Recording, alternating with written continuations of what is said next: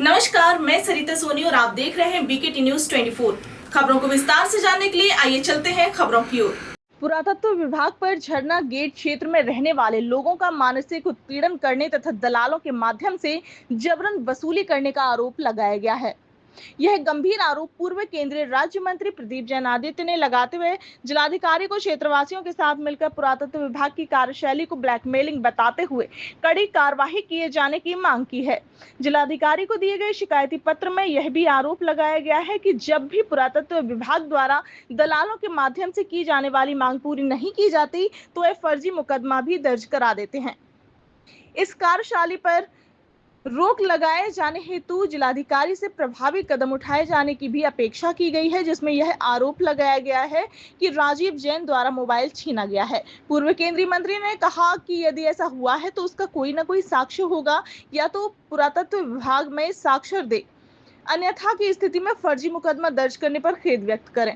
पूर्व केंद्रीय मंत्री ने जिलाधिकारी से इस मामले में तत्काल हस्तक्षेप कर उचित कदम उठाए जाने की भी अपेक्षा की है।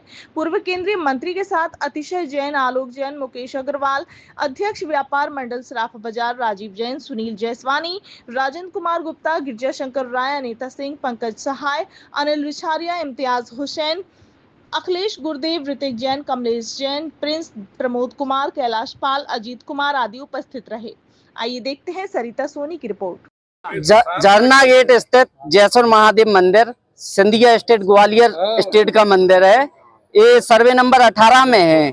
इसको लेकर सन 2016 में भी एक कैंटोनमेंट ने लेटर लिखा है रक्षा संपदा अधिकारी भोपाल के नाम कि 17B और सर्वे नंबर 18 के बीच में अतिक्रमण हुआ है, पुरातत्व वालों ने किया हुआ है, जिसको लेके उनने रक्षा संपदा अधिकारी भोपाल को लेटर लिखा है।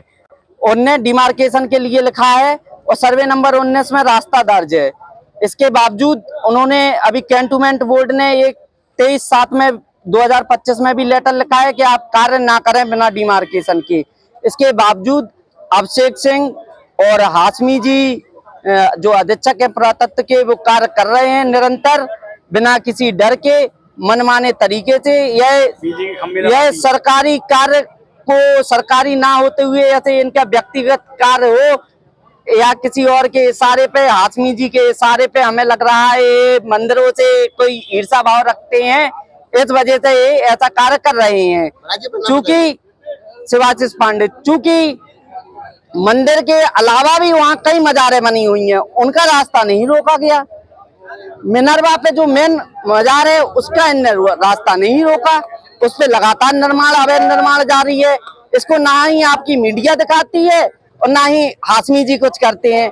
अभिषेक सिंह व्यक्तिगत रुचि रखते हुए और महिलाओं को आगे लेके कार्य कराते हैं और जो मोहल्लेवासी हैं उनका उत्पीड़न करते हैं, उनसे पैसे मांगते हैं। सर्वे नंबर 19, चूंकि कैंटोनमेंट बोर्ड में सर्वे नंबर 19 रास्ता दर्ज है, तो रास्ता तो सुप्रीम कोर्ट के डायरेक्शन है कि रास्ता तो कोई किसी का बंद कर नहीं सकता। इसके बावजूद उन्होंने रास्ता बंद किया। मेरा आप लोगों से सभी से निवेदन है कि आप सभी लोग इन सभी व्यापारियों का संग दें और रास्ते को सर्वे नंबर 19 रास्ता खुलवाएं और मंदिर की जो डिमार्केशन है वो भी कैंटोनमेंट बोर्ड करवाए, जिससे कि अगर उनकी जमीन हो तो उनकी जमीन में हमें कोई रुचि नहीं है, ना ही व्यापारियों को कोई रुचि हो। उनकी जमीन हो तो डिमार्केशन के बाद बिल्कुल ले, किसी को कोई आपत्ति नहीं है। और बल्कि हमारा जो सहयोग होगा पुरातत्व को हम वो सहयोग करेंगे तन मन धन से। हमारे मकान से सटाकर दीवार बनाने लगे थे, हमने 2 दिन पहले रुकवाया काम। कल भी मंगलवार सुबह दोबारा काम चालू किया, दोबारा काम रुकवाया। हमसे 1 लाख की डिमांड करने लगे, 1 लाख रुपया दे दोगे तो काम रुकवा देंगे, नहीं तो काम दीवार बना देंगे। हम पुरातत्व विभाग के दलालों ने। मामला कहाँ है? मामला झरना गेट न्यू रोड का है और कल हमारे खिलाफ FIR दर्ज करा दी है। इस बात की कि आपने दीवार गिराई और मोबाइल छीना इनका। कोई फुटेज हो तो हमारे लिए की रिपोर्ट लिखवा दी हमारे नाम। डिमांड कर रहे थे? हाँ, 1 लाख रुपए की डिमांड कर रहे थे। 1 लाख। अजय गुप्ता। क्या मामला है भाई? क्या मामले को लेके आए? मामला ये है कि झरना गेट पे ट्रांसपोर्ट नगर पुराना है, उसका हाईकोर्ट से स्टे भी है कि जब तक ट्रांसपोर्ट नगर ना बन जाए, जब तक इधर से शिफ्ट ना किया जाए और ना कोई भी निर्माण किया जाए। लेकिन वहाँ पे जो गली है पुरानी, उनमें सब में मकान बने हुए हैं, लोगों के दुकानें हैं चालू है, उस पर अतिक्रमण किया जा रहा है। इस संदर्भ में सब लोग आए हैं, मिल के आए हैं कि कम से कम निर्माण रोका जाए और जस्टिफाई किया जाए। जब तक ट्रांसपोर्ट नगर ना बना जाए, जब तक इसका ना किया जाए, और ट्रांसपोर्ट नगर भी बहुत जल्दी बनने वाला है, तब इसका निर्माण किया जाए। इसके बावजूद भी बाउंड्री बना रहे हो? हाँ, सारी उनको बता रखा है और सबकी संज्ञान में है। अब इसीलिए आज डीएम साहब के पास आए कि उसका करें। विरोध करने पे क्या उनका मुकदमा भी हो रहा है? हाँ, मुकदमा उन्होंने बोला है कि हम लिखा देंगे, और कुछ लोगों से कहा है कि डिमांड भी कर रहे हैं। झांसी का ऐतिहासिक स्थल, जो स्थल वीरांगना महारानी लक्ष्मीबाई के समय से झांसी वासियों के लिए आवागमन के लिए खुला था, वहाँ गुंडागिर्दी के बल पर पुरातत्व विभाग के अधिकारी रास्ता को बंद कर रहे हैं। मंदिर का रास्ता उन्होंने बंद कर दिया, और वहाँ पर जो पीछे व्यापारियों के निवास हैं, जो 50 वर्षों से खुला हुआ था, बिना सर्वे के, बिना नाप के उसको बंद कर दिया।